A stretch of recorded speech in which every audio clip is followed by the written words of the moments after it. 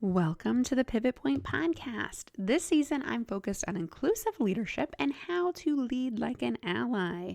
In this episode, I'll share some insights and ideas from my new research for my new book, Lead Like an Ally, and leave you with some actionable tips to think about and discuss with your organization. I share this information because inclusive leadership is a journey. It requires bravery and courage, and you do not have to do it alone. At Pivot Point, I believe we are stronger together. We are one. Let's dig into this week's topic. So we've been on a journey. If you've been listening to season 4 of the Pivot Point podcast by now, you've learned things about self-awareness, self-management, comfort with discomfort, diversity storytelling. And then we've been on this journey of unconscious bias in the last few episodes. Today, we're going to talk about the biases affecting the LGBTQ plus community. Yes, that is a bit of a mouthful. I say it all the time, and I still have to very intentionally spell out that acronym. First, I'm going to explain what that is. So I have had the luck of being around allies in this space that have educated me on the differences in that term, because it's really a big umbrella term, as a lot of our terms in our diversity dictionary are, and it means a lot of different things to different people. So I did some Google research to align on these terms, and I think they're always subject to definition. They're constantly changing, which I think makes this work so much harder, because just when we have our diversity dictionary full of terms, it changes on us.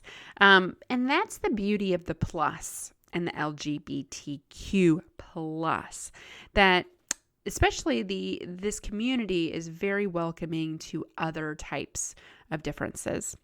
And I think that's really special. But with the 5 parts of that term as is, the way I understand this is the LG side is very much a slightly different community than the BTQ plus side.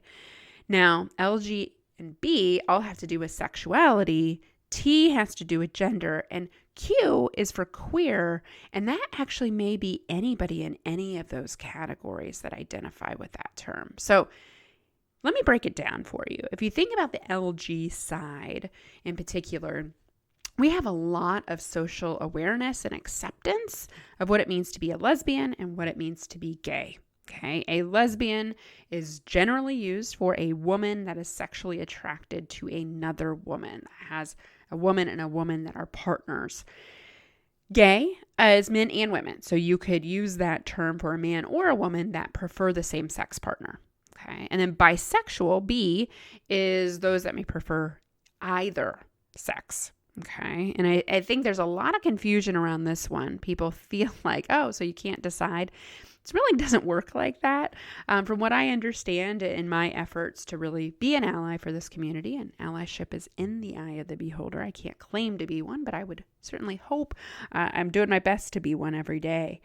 What I understand from my allies is that bisexual really means that gender, sex isn't a part of my sexual attraction to someone.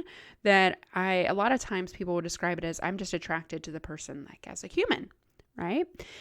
And this, I think, is very funny for people that are straight. Like, I don't understand that, right? I haven't experienced that. So I'd encourage you to get to know people in these different areas and with these different diversity dimensions, and better understand what it's like to be a lesbian, what it's like to be gay, what it's like to be bisexual. And then the T part really is different. From what I understand from the trans people that I've had the opportunity to get to know, is T stands for transgender. Okay, so it's a term relating to a person whose sense of personal identity and gender does not correspond with their birth sex. There's even a lot of scrutiny around birth sex, assigned sex at birth. I think about a lot of times what's on the birth certificate. Take it for what it is. That is what's assigned. That's what's given at birth. When you're trans, you don't identify with that, okay? The opposite of trans is cisgender. That means that you identify with your gender with the same as your given sex at birth. Okay, so I am cisgender. I was a girl at birth, and I identify femininely. Okay, so if I were to identify more as a man, that would make me transgender, for example. Okay. So all of these terms I think are really important to break down. And this has been great feedback as we've been developing the program. We're actually changing the content right now as we speak to be more inclusive of these terms and to better understand these terms. Now, with all of our episodes, we unpack kind of 4 key skill areas. So I've worked through the first one, defining the terms, understanding the separation of those letters and what the plus sign means. I think it's really good to know that we're expanding this work. Diversity dictionary changes over time. Second, gender is a spectrum. Okay. And I know this is something that can be quite controversial in the straight community. And there's religious beliefs, there's historical beliefs, social beliefs that all go into this. At a minimum, if you can be willing to accept that we are not just binary man or woman, there are more than 2 genders. Think of it as a spectrum, a big line with masculine and feminine at each end. There's a non-binary space in the middle, and there's the binary spaces on the end. So, for example, if you identify very femininely, you dress femininely, you act femininely, you identify as a woman by every attribute, that would be the binary definition of femininity. On the other side, masculinity, right? The words we use to describe men: strong, brave, all these things. You dress more masculine. You can kind of paint that picture. But increasingly, we're seeing, especially with the younger generations, there is a big non-binary component. And what I want to draw with this is that sexual orientation and gender have nothing to do with each other. There's a big misnomer, especially in the straight community, that if you are non-binary, you are gay. That is absolutely not true. It may be that you may be interested more in that trans piece. You might identify that way. Not always. You could simply be non-binary and non-conforming to either gender. I'm going to stay neutral, right? I might dress masculinely one day, femininely the next. And that's very confusing for people because we love to put people in categories and we don't understand how could that change so much.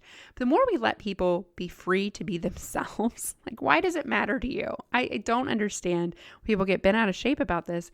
Why does it matter? Maybe if it bothers you, you should really do some digging on why it bothers you so much.